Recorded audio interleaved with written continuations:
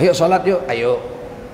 Kenapa kau sholat? Takut aku kalau enggak sholat nanti aku masuk neraka. Ah, udah bagus lah itu, betul? Ayo puasa kita yuk, ayo. Sekali-sekali nggak usah puasa, kenapa? Takut aku kalau meninggalkan puasa nanti aku masuk neraka. Udah bagus lah itu, betul? Kok dihina? Jangan beramal karena takut neraka. Allah suruh takut neraka, kok dia melarang takut neraka? Di mana dia ngaji itu?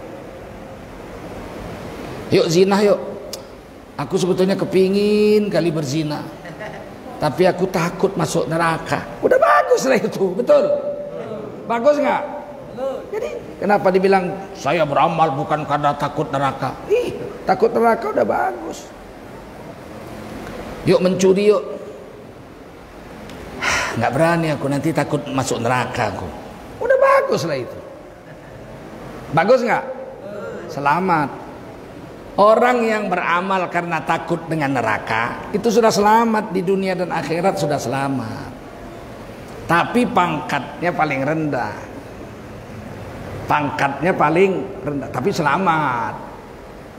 Orang yang selamat tapi pangkatnya paling rendah, dia beramal di dunia karena takut neraka. Dan panggilannya itu pun ya ayuhan nas. Kan nampak kali umum panggilannya itu.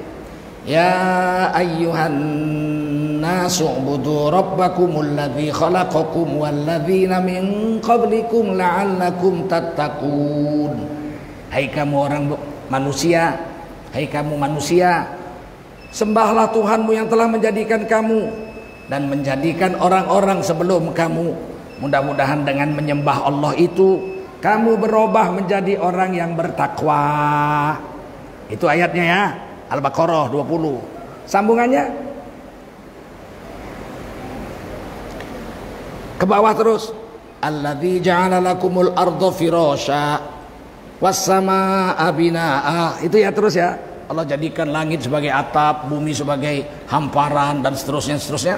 Ke bawahnya apa? Fattaqun naral lati waquduhan nas wal hijarah uiddat lil kafirin.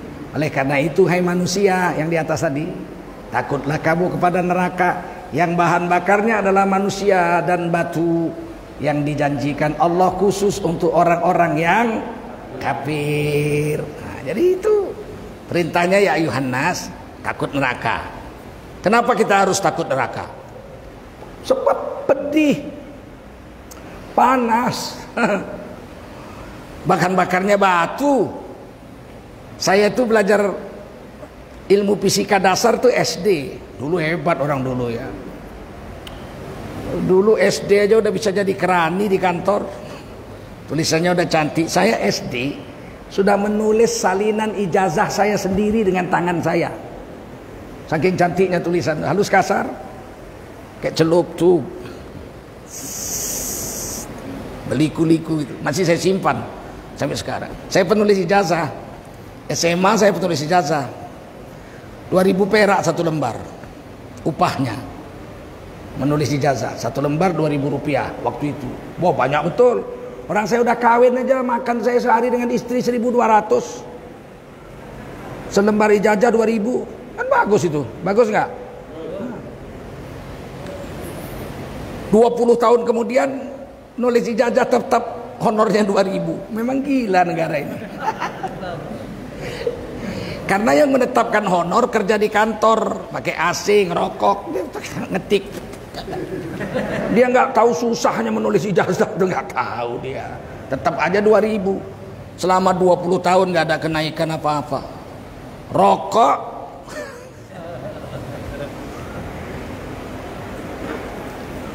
30 kilo sawit cuma bisa beli satu bungkus rokok. Memang gila betul. Betul nggak? 30 kilogram sawit cuma bisa beli satu bungkus rokok. 5 kilogram karet baru bisa beli satu bungkus rokok. Memang negara gila betul. Tahap apapun kalian pilih, dia 2 periode kemarin.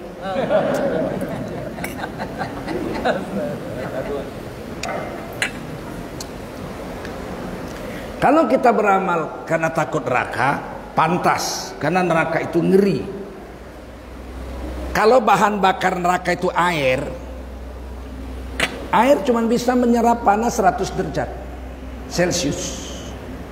Lebih dari 100 derajat Celcius air berubah jadi uap, nggak mampu lagi nambah panas. Jadi kalau kita dibakar di neraka bahan bakarnya air cuma 100 derajat, itu aja udah hangus kita kok, betul? Tapi bahan bakar neraka bukan air. Seandainya bahan bakar neraka itu baja bahan bakarnya, baja bisa menyerap panas 2500 derajat Celcius. Setelah 2500 derajat Celcius, baja nggak sanggup menyerap panas lagi, dia berubah jadi cair, nggak nambah lagi panasnya. Seandainya bahan bakar neraka itu baja, panasnya 2500 derajat Celcius. Hancurlah kita kalau di situ, betul? Tetapi Al-Quran tidak mengatakan bahan bakar neraka itu air, bukan baja, bukan besi. Bahan bakar neraka itu batu. Kalau kita ambil batu sebesar gajah, kita buat lubang di bawahnya, kita bakar api 100, dia masih serap. 1000 derajat Celcius, dia masih serap. 2500, baja sudah cair, dia masih serap. 10.000 derajat, dia masih serap. Belum cair batu, belum jadi abu batu dengan 10.000 derajat Celcius. Sampai sini nangkap. Jadi kalau bahan bakarnya batu, neraka itu mungkin 10.000 derajat Celcius lebih. Jadi apa kita kalau masuk ke situ? Takutlah kamu dengan neraka. Paham? Paham nggak? Panas nggak? Ada artis, nggak artis lah, siapa nggak tahu lah. Dia ngakunya lonti sih. Dia ngaku sendiri, saya lonti dulu, sampai sekarang masih lonti katanya. Baru ngomong dia. Saya nggak takut neraka, saya suka masuk neraka karena di sana banyak artis katanya. Menganggap remeh akhirat, murtad dari Islam. Imannya batal dan dia wajib tajdidul iman, memperbaharui iman dengan mengucapkan syahadat kembali. Dan semua pahalanya dihitung 0. Jangan main-main. Jangan main-main. Karena akhirat itu salah satu dari rukun iman. Betul? Sehingga kalau ada pejabat negara kita dulu, dia bilang gini, mantan pejabat dia bilang,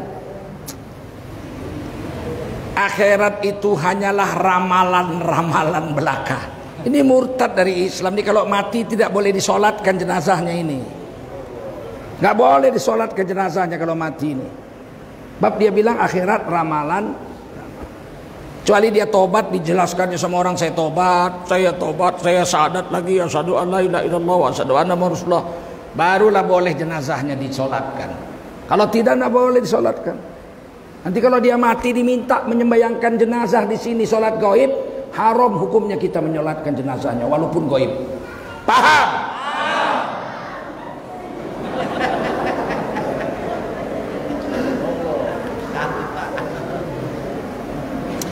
Kalau kita sholat ibadah menjauhi maksiat karena takut neraka, sholat saya takut neraka, saya sholat, saya puasa takut neraka, saya bayar zakat karena takut neraka, saya tidak berzina karena takut neraka, saya tidak berani berjudi karena takut neraka, saya tidak berani mencuri karena takut neraka, saya tidak berani berbohong karena takut neraka. Setahun, 2 tahun, 3 tahun, 4 tahun, 5 tahun, imannya naik, nafsunya turun. Karena kalau orang beramal soleh, imannya naik, yazid, imannya yazid, bertambah. Nafsunya yang turun. Tapi kalau dia berbuat maksiat, dia berzina, dia berjudi, dia mabuk, dia mencuri, dia korupsi, imannya turun, nafsunya kurang terus. Zina sekali mau dua, dua kali mau tiga, tiga kali mau empat. Udah dapat yang hitam mau yang putih, udah dapat yang putih mau yang gemuk, udah dapat yang gemuk mau yang kurus. Wah, nggak pernah kenyang nafsu. Betul? Nafsu nggak pernah kenyang. Kata Nabi, siapa yang mau memuaskan nafsu dia akan kecewa. Karena nafsu semakin dibuat semakin haus, seperti mereguk air laut. Hausnya nggak hilang, makin pahit, makin diminum makin pahit. Jadi jangan coba-coba dengan maksiat itu. Coba sekali mau dua, dua mau tiga, tiga mau terus. Makanya kalau dosa-dosa besar hukumannya kejam. Mencuri potong tangan, berzina dirajam sampai mati kalau udah kawin. Kalau belum kawin dicambuk 100 kali, usir dari kampung. Begitu, mabuk dicambuk. Kenapa keras sekali hukumannya? Sebab dia memiliki candu. Maksiat itu candu. Sekali dibuat mau dua, mau tiga, mau empat, mau lima. Makanya kalau istri selingkuh cerai terus. Tidak ada. Oh, saya udah tobat bang. Jangan percaya. Hukum rajam kok dalam Islam, tanam setengah badan lempari batu sampai mati. Kenapa dihukum mati wanita pezina yang sudah kawin? Karena nggak mungkin tobat ini orang.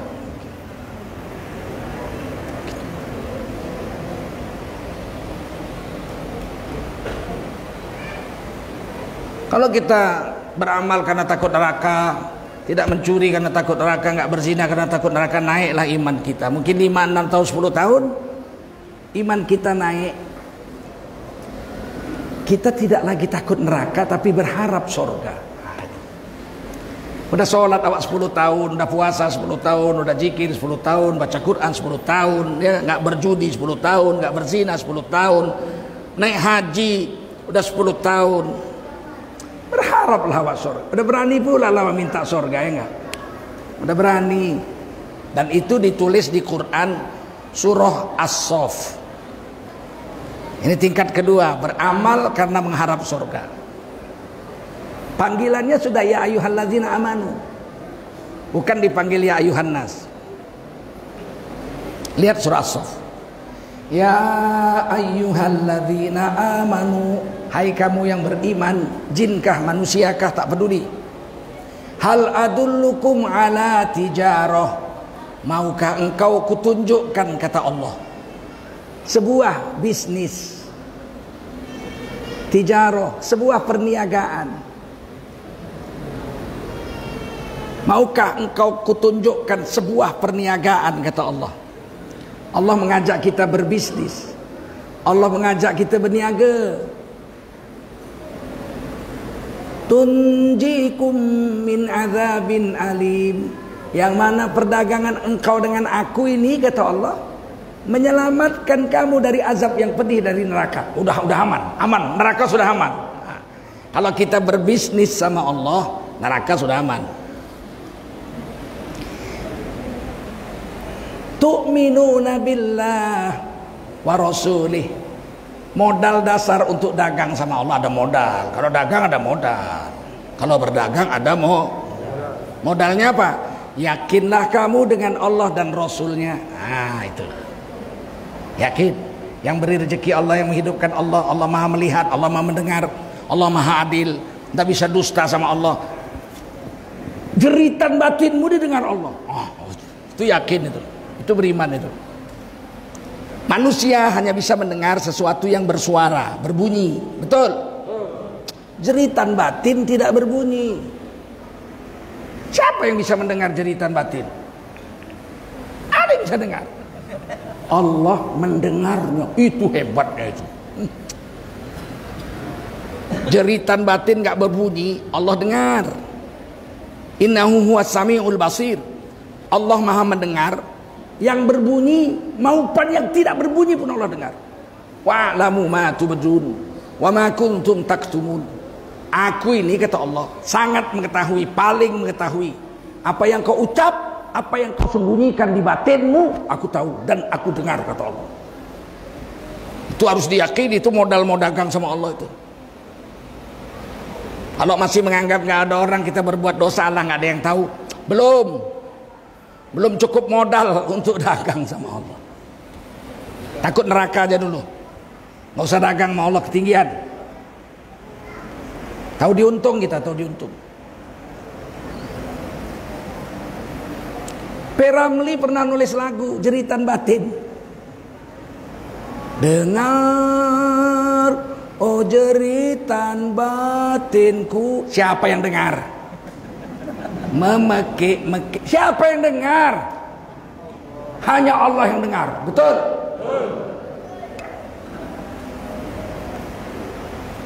Guratan batinmu Allah lihat. Jeritan batinmu yang tak bersuara Allah lihat, dengar. Guratan batinmu yang gak berbentuk Allah lihat. Aduh, hebatnya lah Allah itu. Tergores di batin kita. Tak ada yang tahu. Malaikat pun tak tahu. Tapi Allah sampai situ dulu imanmu, baru kau punya modal untuk berdagang sama Allah.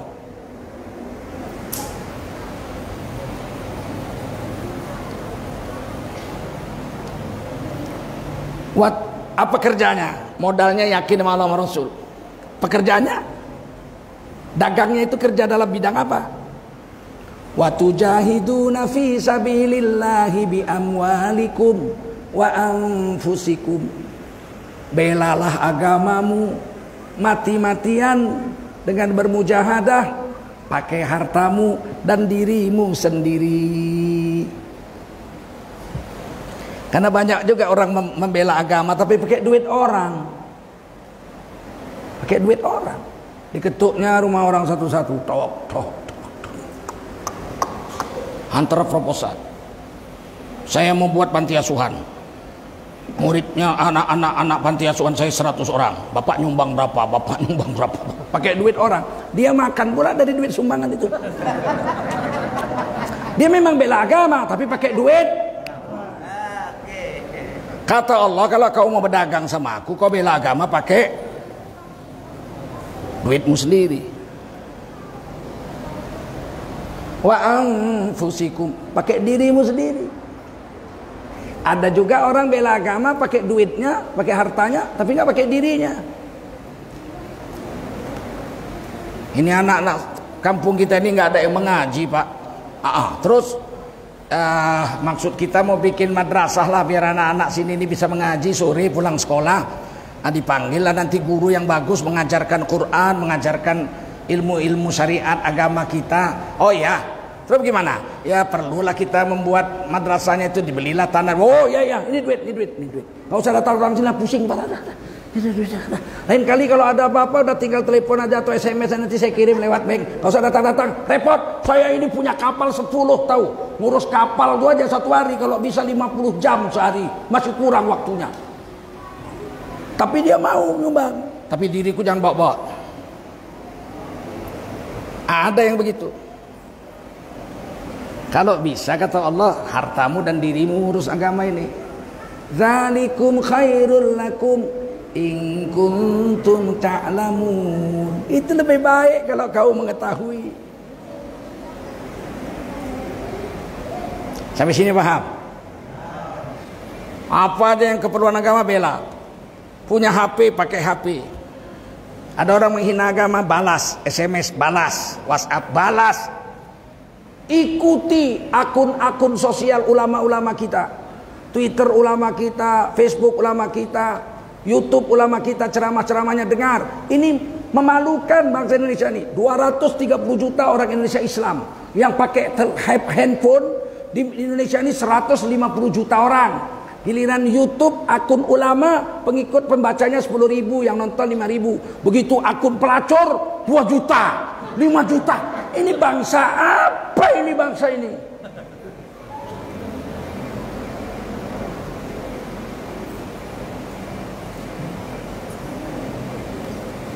Gak malu kita dilihat orang seluruh dunia.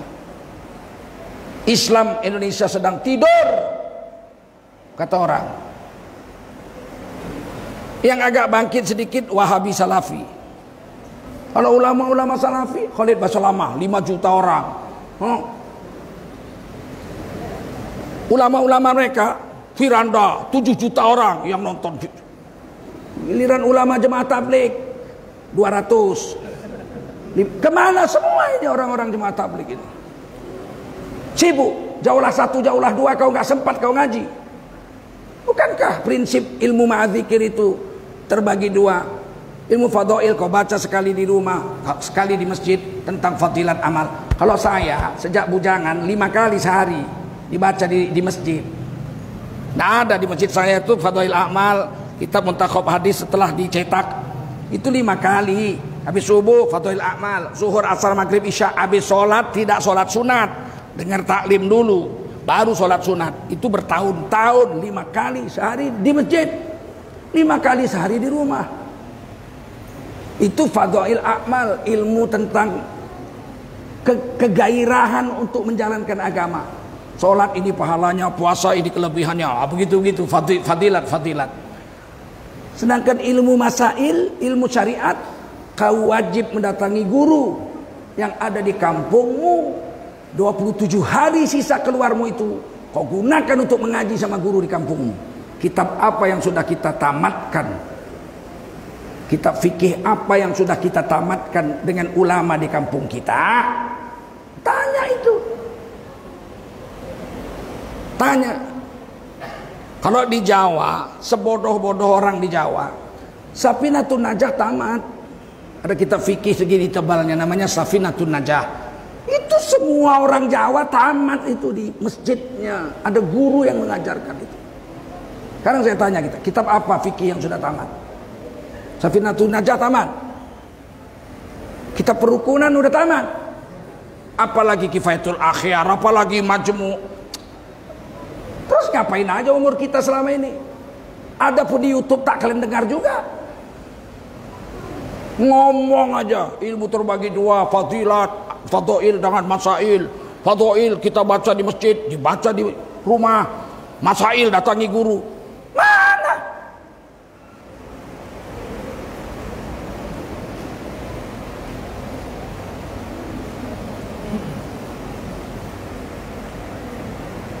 Ini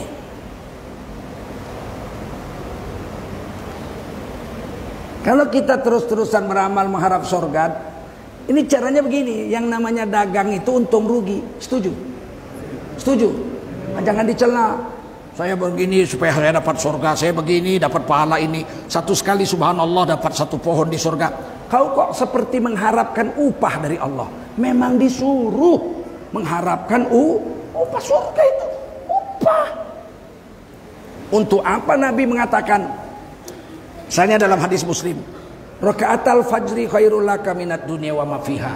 2 rakaat salat sunat sebelum subuh itu pahalanya lebih baik dari seluruh dunia dan isi-isinya. Untuk apa Nabi istiharkan kalau enggak untuk kita percaya dan kita ambil? Betul? Untuk apa? Jangan kita berharap pahala. Loh, untuk apa Nabi mengatakan siapa yang sholat sunat 2 rakaat sebelum subuh dia dapat pahalanya lebih baik dari seluruh dunia dan isi-isinya? Untuk apa Nabi ucapkan itu kalau enggak untuk merangsang kita berharap mendapatkan itu? Betul? Kok berharap mendapatkan itu dilarang? Jangan berharap surga. Kita bukan dagang. Dagang! Yang bilang dagang Allah dalam surah As-Saff. Sampai sini paham? Yang namanya dagang untung rugi. Baca Quran yuk. Ayo, untung 1 huruf 10 pahala. Mudah-mudahan masuk surga. Untung, ayo. Puasa sunat yuk. Alhamdulillah. Kalau puasa sehari dihitung seperti puasa sebulan. Maulah saya besok puasa.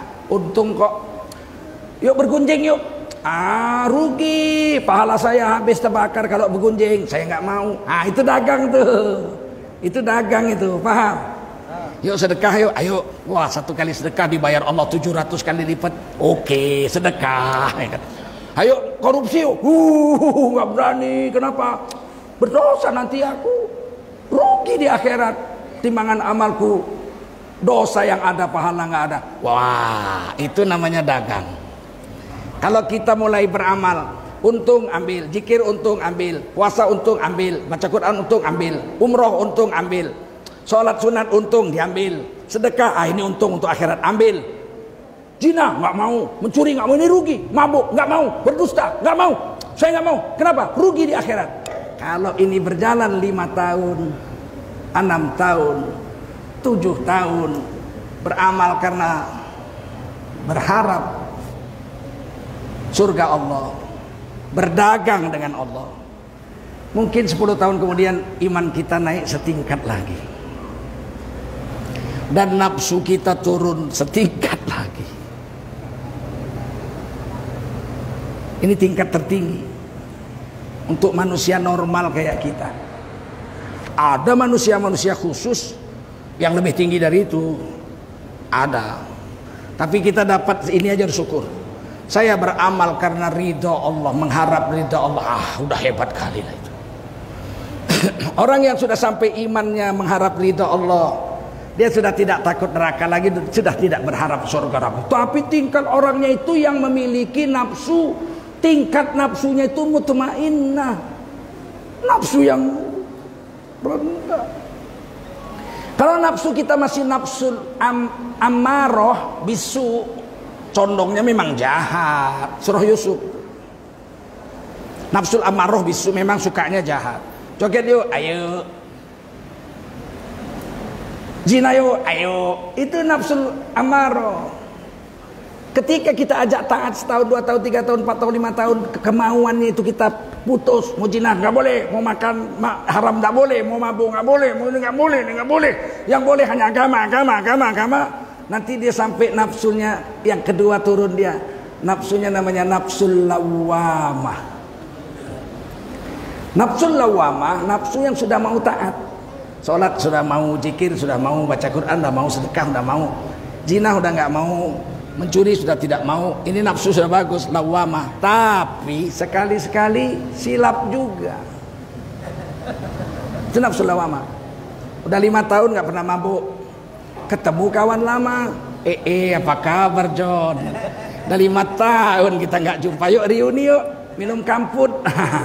Aku udah 5 tahun nggak mabuk. Malam ini aja demi persahabatan. Akhirnya karena dibujuk-bujuk mabuk juga dia malam itu. Padahal sudah 5 tahun dia nggak mabuk, beramal soleh. Sampai di rumah dia pulang, menyesalnya bukan main. Nangis dia, ya Allah, kenapa aku malam ini mabuk? Kesalnya bukan main. Ini nafsu sudah lawamah. Kalau nafsul ammaroh habis berdosa dia bangga. Itu nafsunya masih nafsul ammaroh. Berzina dia malam-malam, besok pagi dia cerita sama kawannya di kantor, ada barang baru. Dekat laut sana ada barang baru. Kau pakai tadi malam? Mau pakai. Hebat. Baru berzina bangga. Ini nafsul ammaroh. Sedikit pun tak ada malunya. Kalau lawamah sudah malu.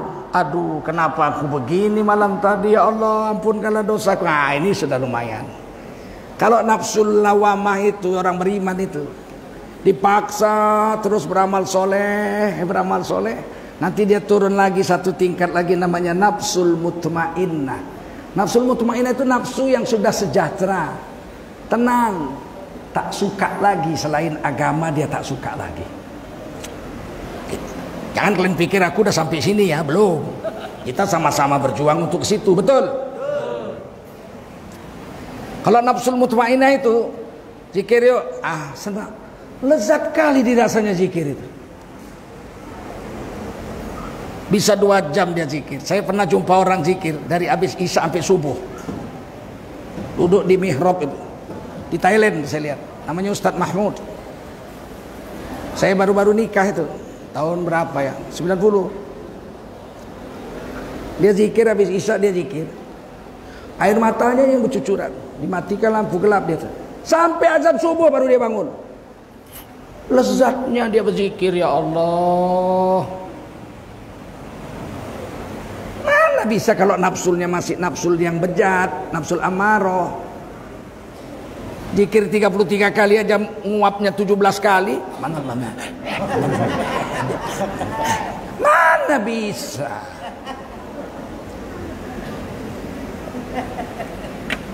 Ada orang di Padang Arafah dari mulai subuh sampai maghrib khatam 30 juz. Bagaimana ada orang seperti itu coba? Nggak ada matanya keluar dari Quran. Pakaian ihram, habis subuh, Quran terus baca Quran. Makan siang pun nggak lapar katanya. Disuapkan kawannya.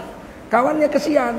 Udahlah, nggak lapar aku, disuapkan juga. 3-4 suap sudah, nanti aku ke kamar mandi, nggak mau aku ke kamar mandi katanya.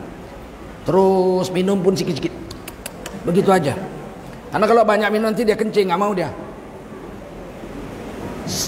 15 atau 20 menit lagi mau azan maghrib, tamat 30 juz. Sedikit pun nggak ada ngantuk, nggak ada nguap, nggak ada matanya itu capek. Pasti orang ini sudah sampai nafsu yang mutmainnah. Nggak mungkin kalau masih lawama amarah, nggak mungkin.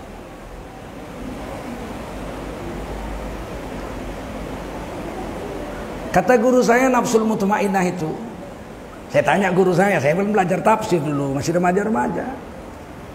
Tuan guru saya bilang, Wak, saya panggil Wak, apa bedanya nafsul mutmainnah dengan orang yang enggak nafsul mutmainnah? Oh begini nah, orang yang nafsunya itu sudah mutmainnah, nengok duit sama daun sama saja. Ama, saya pikir dibawa orang ini daun satu ikat. Apa ini? Daun. Diambilnya dari tasnya. Kalau ini duit, nggak berubah nadanya. Itu mutmainnah. Tapi kalau ini apa? Daun. Kalau yang ini duit. Belum mutmainnah. Orang yang sudah mutmainnah, semuanya milik Allah. Duit hanya bermanfaat dengan izin Allah. Tanpa izin Allah, duit sama sekali tidak bermanfaat. Berapa banyak orang duitnya miliaran gak bermanfaat. Kena sakit aja. Kena sakit aja. Darah tinggi, kolesterol, asam urat, sama gula. Udah semua gak boleh makan. Daging pak, jeroan pak, teh manis pak, duit gak ada manfaat. Tapi ada orang miskin tukang dodol sawit, 100.000 gajinya sehari. Apa aja ditaruh di makanan. Bismillah. Boleh pak, oh inilah nasib orang miskin, semua boleh. Bapak gak sakit, asam urat normal, semua normal. Paham? Tidak mungkin orang bisa lihat duit dengan daun sama di pandangan hati ya. Kalau nafsunya belum mutmainnah. Paham? Dibilang orang, pak ada perempuan cantik pak. Astagfirullah. Kau cemana? Cantik kali pak. Aku ada istri di rumah. Ya jauh lah istri bapak lebih cantik sana daripada yang sana cantik tapi haram. Begitu dilihat kedua kali berdosa. Lihat pertama halal. Emak cantiknya ya Allah. Yang kedua. Yang kedua. Dia bilang memanglah cantik perempuan itu tapi haram. Istriku tidaklah cantik tapi halal. Nanti di sorga. Itulah mutmainnah itu. Aku pun tak lamanya hidup, 50, 60, 70 tahun mati. Tapi kalau aku sabar dengan satu istri yang halal ini, nanti di akhirat istriku ini lebih cantik dari ratunya bidadari. Kecil lah perempuan yang lewat tadi, bau tengiknya kalau berkeringat. Itu hanya bisa dilihat dengan nafsu yang mutmainnah. Sampai sini paham? Nah, kita lihat, ternyata masuk surga yang dipanggil bukan manusia. Saya udah berapa kali khatam Quran lah, belum pernah saya dengar atau saya baca di Quran ada bunyinya ya ayuhan nas udkhulul jannah, hei manusia masuklah kau ke surga. Nggak ada ayatnya, nggak ada. Tidak ada dapat ayat Quran orang beriman dipanggil masuk surga, nggak ada. Ya ayyuhalladzina amanu udkhulul jannah. Hei kamu orang beriman, masuklah kalian ke surga. Nggak ada. Terus siapa yang dipanggil masuk surga? Nafsu. Allahu Akbar. Yang dipanggil masuk surga nafsu. Ya ayyatuhan nafsul mutmainnah irji'i ila rabbiki radiyatan mardiyah fadkhuli fi ibadi wadkhuli jannati. Hai nafsu yang sudah terkendali, nafsu yang hanya suka agama, selain agama nggak mau lagi, datanglah kau hai nafsu yang mutmainnah kepada Tuhanmu dengan ridho. Jadi kita beramal karena ridho Allah tuh syaratnya satu, nafsunya mutmainnah. Orang nafsu masih amarah lawamah, mau ridho, terpaksa aja nggak mau, terpaksa aja nggak mau. Sholat kau, terpaksa aja nggak mau. Apalagi mau ridho. Fadkhuli fi ibadi, bergabunglah kamu ke dalam golongan hamba-hambaku yang nafsunya sama-sama mutmain. Wadkhuli jannati, masuklah kamu semua hai nafsu yang mutmainnah ke dalam surgaku. Jadi yang masuk surga, dipanggil masuk surga orang yang nafsunya mutmainnah. Ini yang saya mau sampaikan malam ini. Ini kan sebatas teori ilmu, bukan. Ini Quran. Ini yang cerita yang saya baca ini semuanya ayat Quran. Betul? Tergantung kita milih. Kita bukan malaikat. Kalau malaikat nggak bisa milih. Betul? Kalau kita milih, kalau kau dapatkan derajat ini, kau masuk surganya surga Firdaus. Surga itu ada 8. Berapa surga? Berapa? Kau bisa milih bersama Rasulullah dan 124 Rasul dan Nabi. Kalau kau dapat derajat mutmainnah ini, kau pilih. Nggak mau aku mau agak-agak happy. Ini hari sholat, besok joget. Happy. Nggak dapat mula. Orang disuruh milih, nggak mau milih kok. Milihnya di dunia, dapatnya di akhir. Kalau milih di sana nggak bisa, karena milih di sana itu sesuai dengan derajat yang ada. Paham?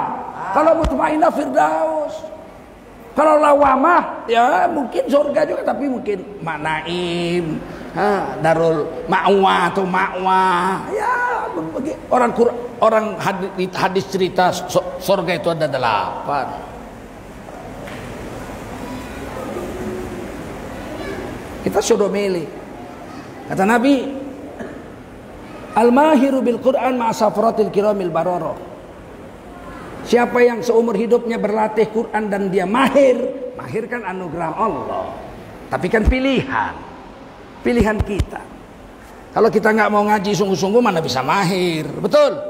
Kita sungguh-sungguh dikasih taufik sama Allah mahir. Kalau kita mahir dengan Quran, kalau kita mati surganya surga Rasul. Firdaus dong. Nah, kita milih. Kalau malaikat nggak bisa milih. Apa yang dikasih Allah itu aja. Kita disuruh milih. Sampai sini paham? Kita nggak mau mahir, nyangkut aja. Walladzi yaqra'ul Qur'an wa yatata'ta wa huwa 'alaihi syaq lahu ajrani. Siapa baca Quran nyangkut, lidahnya keluh nggak bisa fasih. Tapi mati-matian berusaha sampai mati nggak berhasil, nggak dipilih Allah, dia dapat 2 pahala, tapi nggak dapat Firdaus. Paham?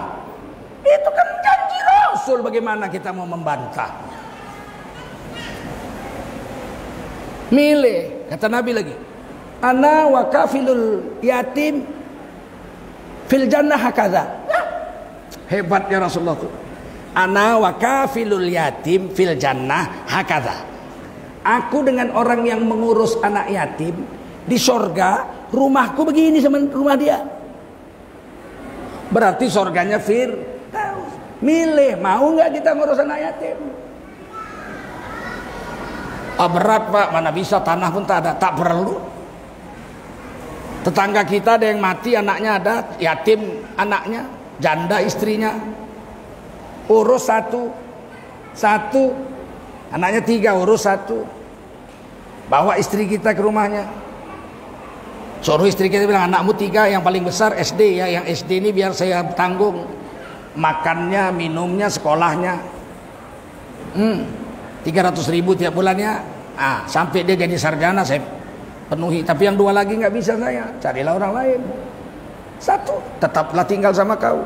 Tiap bulan datang istri saya yang ngantar, datang istri kita ngantar 300.000 tiap bulan. Jangan kita yang ngantar, istri kita yang ngantar. Kalau kita yang ngantar 300.000 ini, tiba-tiba itu 2 belum ya, udah kasihan. Bulan depan ini, bulan ketiga ganteng dilihatnya kita. Bulan pertama kita datang, muka kita memang jelek lah macam monyet. Bulan ketiga ganteng dilihatnya kita. Jatuh cinta lah dia, minta kawin lah dia sama kita. Hancurlah rumah tangga kita sama istri kita. Istri kita suruh antar. Paham? Istri kita pun tak cemburu. Antar, kau masuk ke dalam jumpa mamaknya ya. Antarkan duit bulanan kita sama anaknya itu. Ya bang, istri kita yang antar, kita nunggu di mobil. Jangan, ntar ya, biar aku antar, kau tunggu di mobil. Bini pula nunggu di mobil. Nih, dengan hati berbeda dengan akal. Kalau akal memang licik.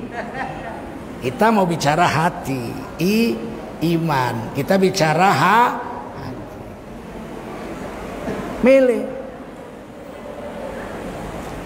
Anta ma'aman ahbabta yaumal qiyamah. Kamu akan bersama dengan orang yang kau cintai di hari kiamat. Kalau kita cinta sama Rasulullah, seluruh peri kehidupannya kita tiru. Nabi tidur kayak begitu, kita tiru. Nabi masuk WC langkah kaki kiri, baca doa Allahumma inni a'udzubika minal khubthi wal khaba'ith, kita tiru. Nabi pakai jenggot, kita tiru. Nabi pakai jubah, kita tiru. Nabi sholat berjemaah di masjid, kita tiru. Kita tiru Nabi aja, tiru Nabi. Sehingga timbul cinta di hati kita. Tidak ada idola selain Nabi. Wah, kamu akan bersama Nabi di surga. Ini yang mirip Nabi kita hina pula. Kadal gurun, kadrun. Pakai jubah serban orang meniru Nabi, kadrun. Giliran orang pakai celana pendek lari pagi, nggak pernah dibilangnya itu manusia bejat. Giliran orang pakai jubah serban, jenggot, tongkat, cincin, dibilang ke Arab-Araban. Padahal ikut Nabi. Giliran orang pakai jas, nggak pernah dibilangnya ke penjajahan. Ini kan hatinya rusak, betul nggak? Kamu bersama orang yang kau cintai di hari kiamat.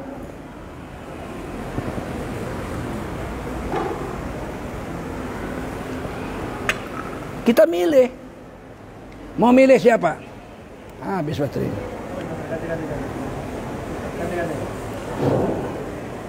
Kita milih.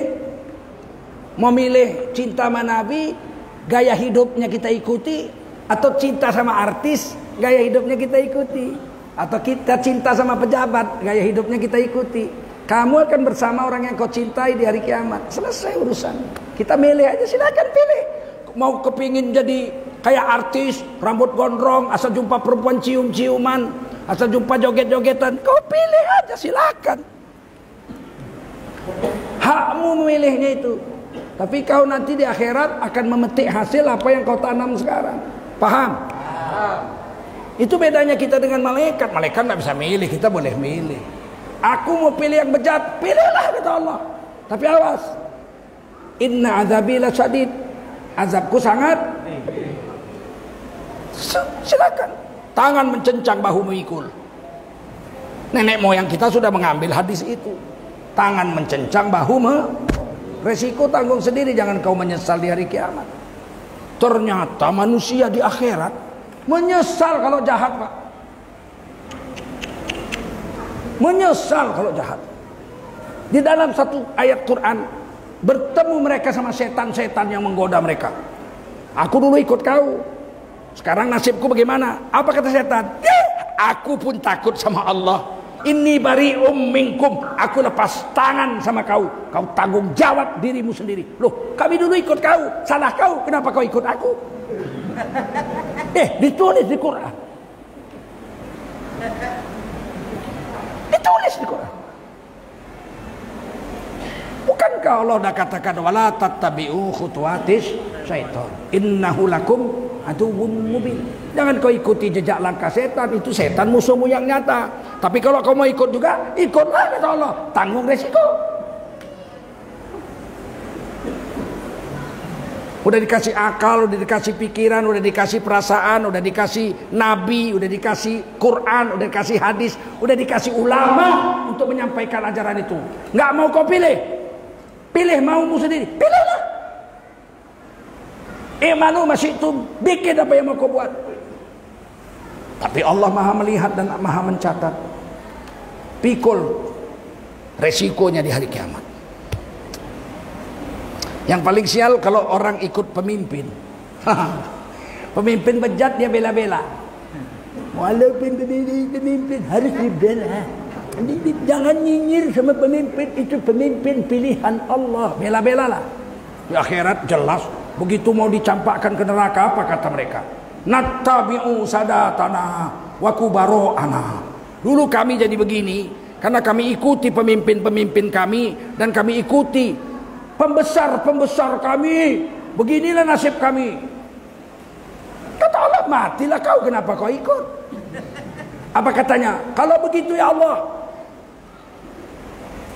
berikan azab 2 kali lebih berat kepada pemimpin-pemimpin kami yang bikin kami rusak itu daripada kepada kami. Ampun. Surah Al-Ahzab ya, 5 atau 6 ayat terakhir itu. Nattabi'u sadatana, kami mengikuti pemimpin-pemimpin kami, wa kubaro'ana, dan pembesar-pembesar negeri kami. Begini nasib kami. Sekarang kami dalam neraka, timpakan azab 2 kali lipat lebih pedih kepada mereka daripada kepada kami. Menyesalnya di akhirat terlambat, disuruh milihnya di dunia.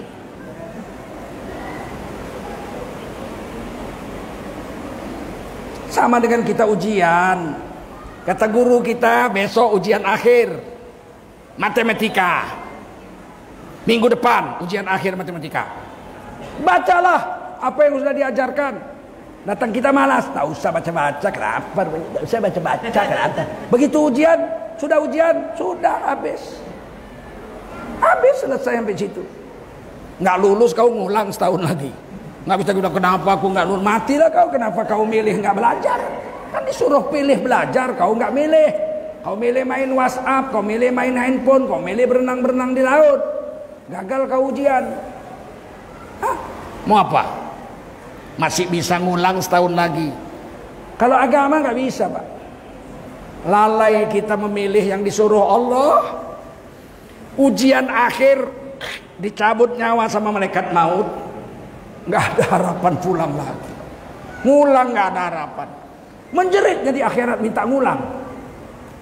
Rabbana absorna wa sami'na farji'na na'mal salihah inna muqinun. Ai Tuhan kami sudah lihat semua catatan amal kami, film-film kehidupan kami sudah diputar lengkap semua. Kami sudah dengar nasihat ulama. Pulangkan kami detik ini juga, ini pakai farji'na, pulangkan detik ini juga kami ke dunia. Na'mal salihah, kami akan tutupi dosa-dosa kami dengan amal-amal soleh. Inna muqinun, hari ini kami sudah yakin. Kata malaikat, kau mau pulang kemana? Alam semesta sudah ditiup sangkakala musnah, nggak ada bekas lagi. Sekarang alam tinggal 2. Kalau di padang mahsyar ini hasil timbangan amalmu lebih banyak baiknya, kau masuk surga. Kalau timbangan amal ini lebih banyak dosamu, kau masuk neraka. Tidak ada tempat lain. Mau apa di akhirat? Fa'amma man thaqulat mawazinuhu fahuwa fi 'ishatir radiyah. Siapa yang ditimbang amal lebih banyak baiknya dari dosanya, dosanya banyak 1000, Tapi pahalanya 1001 setelah ditimbang masuk surga, nggak ada ulangan. Wa amma man khaffat mawazinuhu fa ummuhu hawiyah wa ma adraka ma hiya narun hamiyah. Kalau ditimbang amal lebih banyak dosa 1000, pahala cuma 999. Apa boleh buat? Masuk neraka walau beriman. Tidak ada ulangan di sana. Yang ada hanya penyesalan. Apa? Apa kuat-kuat? Apa? Nggak mau kita. Nggak mau kita menyesal di akhirat. Itu apa? Nggak ada manfaat. Air mata darah pun keluar nggak manfaat lagi. Yang manfaat penyesalan itu di dunia. Ya Allah, tadi malam lolos aku sholat tahajud gara-gara nonton bola. Sialan betul ini bola. Malam ini aku tidak akan tahu apa-apa. Saya akan jaga sholat tahajud. Saya tidur jam 9, saya tahajud jam 1. Biasa saya tahajud setengah jam, malam ini ku double 1 jam menutup hari kemarin. Masih bisa menyesal di dunia. Kalau sudah mati dalam alam barzakh, tak ada penyesalan di alam barzakh. Fir'aun raja besar menyesal belum masuk alam barzakh. Fir'aun mengaku dirinya Tuhan, memerintahkan rakyatnya menyembah dia. Belum sampai alam barzakh, Pak. Masih di dunia, tenggelam di Laut Merah, sampai di sini nyawanya. Menyesal Fir'aun. Hatta idza adrakahul gharaq, ketika Fir'aun tenggelam di Laut Merah hampir mati, qala, berkata Fir'aun, amantu, sesungguhnya aku telah beriman, annahu la ilaha illalladzi amanat bihi banu Israil, sesungguhnya tiada Tuhan selain Tuhannya Bani Israel, tiada Tuhan selain Tuhannya Allah. Allah Tuhannya Nabi Musa dan Tuhannya Nabi Harun. Aku bukan Tuhan, Tuhan adalah Allah, Tuhannya Nabi Musa, Harun, Tuhannya Bani Israel. Wa ana minal muslimin, dan aku salah satu dari orang Islam. Itu ucapan Fir'aun ketika sakaratul maut di Laut Merah. Ditulis di Quran surah Yunus ayat 89, 90, 91. Tobat Fir'aun, mau mati, menyesal. Fir'aun aja yang ngaku Tuhan, raja besar seumur hidup. Fir'aun itu seumur hidup jadi raja, Pak. Nggak ada sama dia 5 tahun pemilu, 5 tahun nggak ada lah sama Fir'aun pemilu, Pak. Dia raja seumur hidup. Menyesal. Belum masuk kubur, masih di alam sakaratul maut, masih di alam nyata, menyesal. Apalagi cuman preman dumai. Apalagi cuman preman dumai. Apa kata Allah? Dijawab sama Allah, al-ana wa qad asaita qablu wa kunta minal mufsidin. Sekarang kau baru tobat. Al-an, saiki kowe tobat yo. Sadurunge iki ngapain kowe? Kemana aja kau selama ini? Maksiat kepada aku, melawan aku, merusak hukum-hukumku. Tidak kuterima tobatmu, kata Allah. Tapi dikasih kelebihan. Fal yauma nunajjika bi badanika litakuna liman khalfaka ayah. Hari ini wahai Fir'aun, akan kuselamatkan jasadmu tidak busuk-busuk selama ribuan tahun. Bi badanika, badanmu. Litakuna liman khalfaka ayah, untuk menjadi bukti akan kehebatan aku bagi manusia ribuan tahun yang akan datang. Sekarang kita sudah bisa lihat Fir'aun, ada jasadnya masih utuh. Tapi ayat ini ditutup Allah. Wa inna katsiran minan nasi an ayatina laghafilun. Sayang 1000 sayang, sebagian besar manusia sudah lihat jasad Fir'aun. Betul Quran ini, apa yang kubilang semuanya kenyataan. Tapi sebagian mereka yang sebagian besarnya sudah lihat jasad Fir'aun, tetap juga lalai dari mengingati aku. Berapa banyak orang pergi ke Mesir, nggak pernah sembahyang di Indonesia, nggak pernah sholat, selfie di samping jasad Fir'aun. Sampai sini dia cerita, ini Fir'aun nih laknat Allah, ini setan besar. Tapi dia ngomong gitu sama kawan-kawannya di Indonesia sambil ngerokok. Setan, kau udah lihat? Ini aku selfie. Tapi dia nggak sholat juga, Pak. Udah selfie di jasad Fir'aun, tetap nggak sholat juga dia. Tak ada manfaat apa-apa bagi iman yang di hatinya, walau matanya sudah melihat kehebatan Allah. Mudah-mudahan kita bisa manfaat. Amin.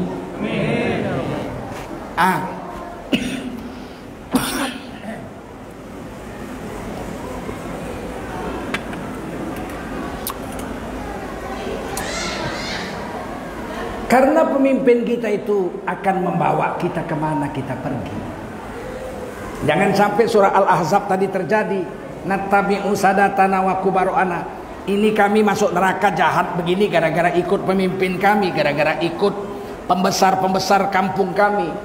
Maka wajiblah kita ketika diberi kesempatan memilih pemimpin. Kan milih kita ini. Indonesia ini demokrasi, milih wakil DPR kita, milih kita yang milih. Wali kota, bupati, gubernur, presiden, kita yang milih.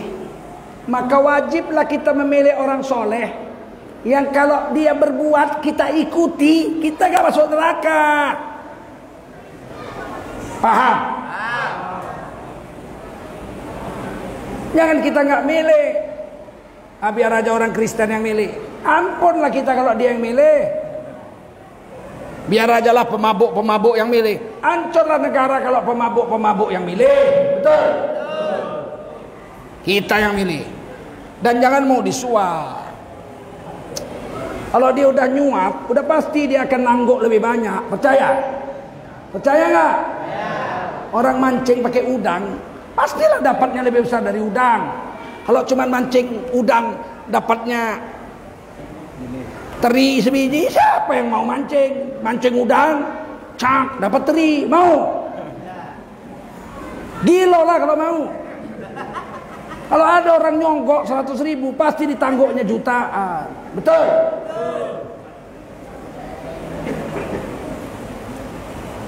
Pilih orang yang baik. Mana yang kita lihat rajin sholat ke masjid, istrinya terjaga, anaknya soleh, pilihlah. Meskipun mungkin tidak populer, meskipun potongan badannya mungkin tak hebat, sesungguhnya Allah yang menjamin. Innama ya'muru masajidallahi man amana billahi wa bil yaumil akhir. Sesungguhnya hanya saja orang yang memakmurkan masjid 5 waktu pasti itu orang beriman kepada Allah, lagi yakin dengan hari kiamat. Belum tentu, Pak. Allah bilang pasti, kau bilang pula belum tentu. Allah pakai kata innama. Innama itu artinya apa? Hanya ini aja, selain ini nggak ada. Itu maksudnya innama itu begitu dalam bahasa Arab. Hanya orang ini aja. Siapa? Ya'muru masajidallah man amana billahi wal yaumil akhir. Yang betul dia 5 waktu ke masjid, ini orang beriman. Selain ini tidak. Itu yang bilang Allah. Gak yakin sama Allah. Boleh pilih, tapi tanggung jawab di akhirat. Paham? Paham? Saya bukan orang politik. Kalau saya orang politik udah jadi menteri. Lama saya udah jadi menteri, Pak. Kalau mau menjilat sikit aja. Udah jadi, Pak. Wakil Sekjen MUI Pusat 10 tahun, Pak. Jijik pun aku sama itu. Awak makan sepiring, lebih dari sepiring dilarang dokter. Hah? Betul? Awak tidur 3-4 jam, ditidur-tidurkan lagi tak bisa lewat dari 4 jam. Bini awak 1, mau nambah 1 lagi takut. Terus ngapain sih jabatan dunia itu? Nah, kalau saya nggak tertarik, kenapa harus milih? Disuruh Allah, disuruh Disuruh Rasul. Disuruh milih pemimpin itu.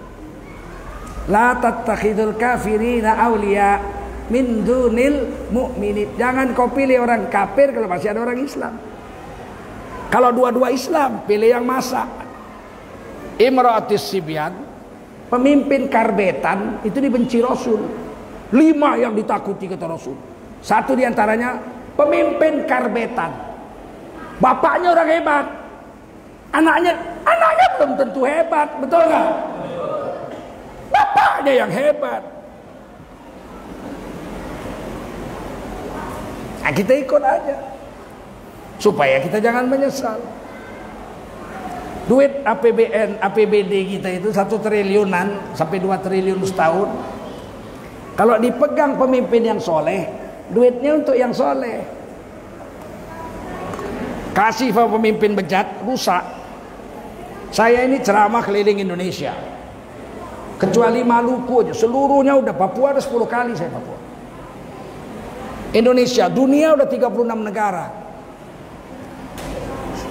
Jumpa ratusan bupati.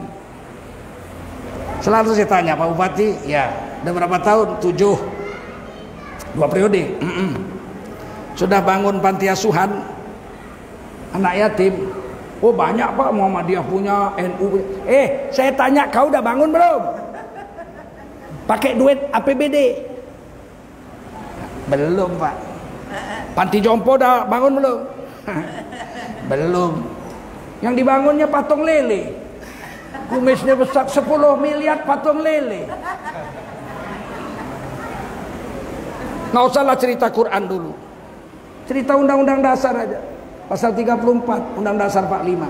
Fakir miskin dan anak-anak terlantar dipelihara oleh negara. Mana yang kau pelihara itu? Pantinya aja nggak kau bikin. Terdiam dia.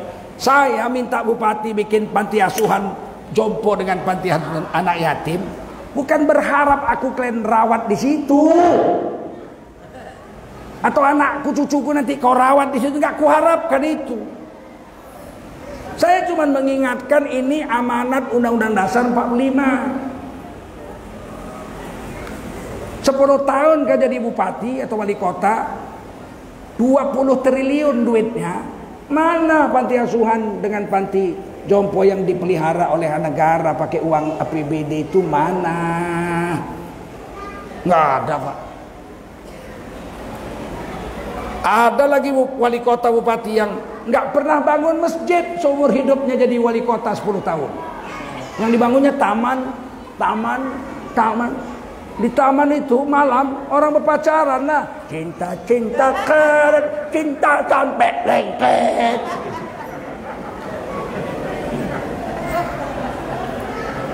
Kenapa bisa terjadi begitu? Dia nggak suka sama agama.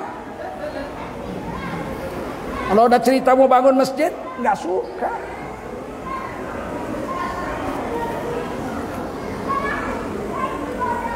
Saya teringat almarhum Khairul, Adinda Khairul, saya panggil Adinda, kawan itu. Kan saya pengawas Bank Riau Syariah. Beliau kan pegawai Bank Riau dulu.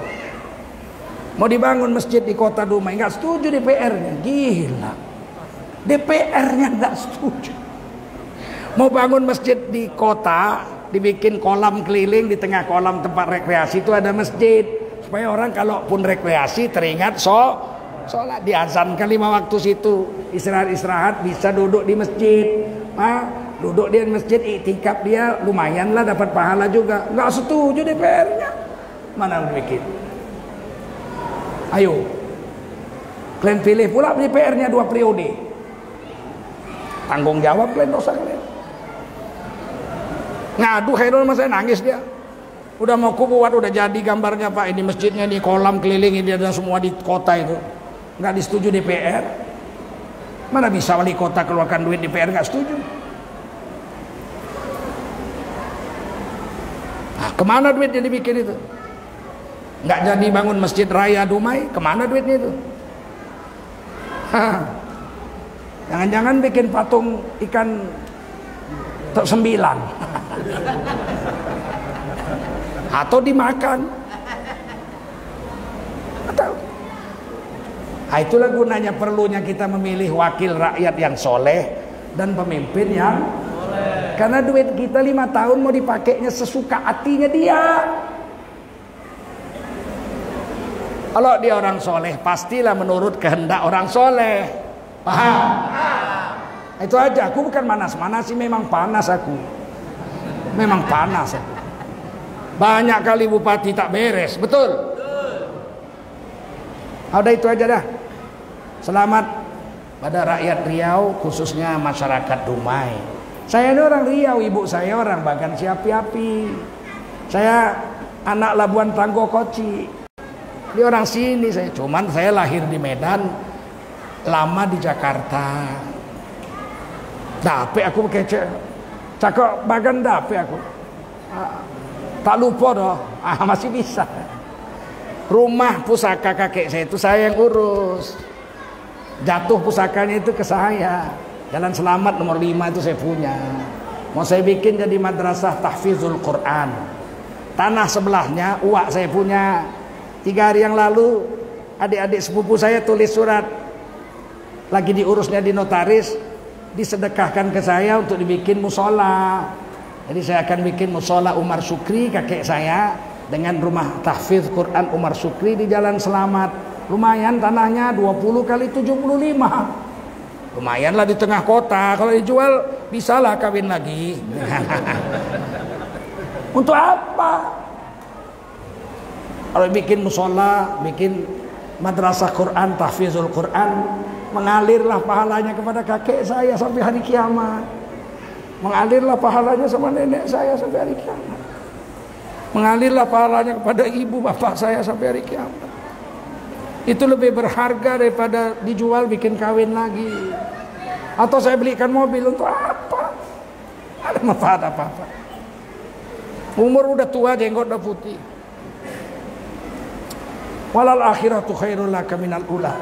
Akhirat itu lebih baik daripada dunia. Walal akhiratu khairul wa abqa. Akhirat lebih baik dan kekal, lebih kekal. Lebih kekal. Dunia ini mati habis. Kadang-kadang belum mati udah enggak dinikmati dunia ini. Belum mati udah enggak boleh. Enggak boleh minum es, enggak boleh makan.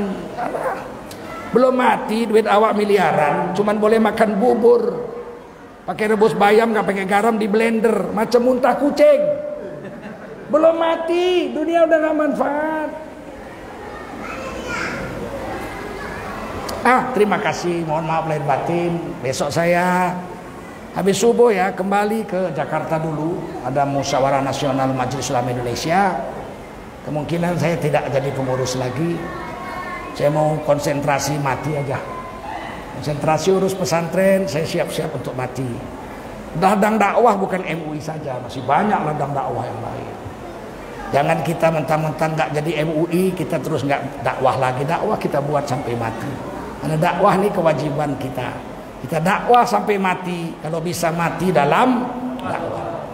Subhanallah bihamdihi, subhanakallahumma wa bihamdika. Asyhadu an la ilaha illa anta astaghfiruka wa atubu ilaik. Subhana rabbika rabbil izzati amma yasifun.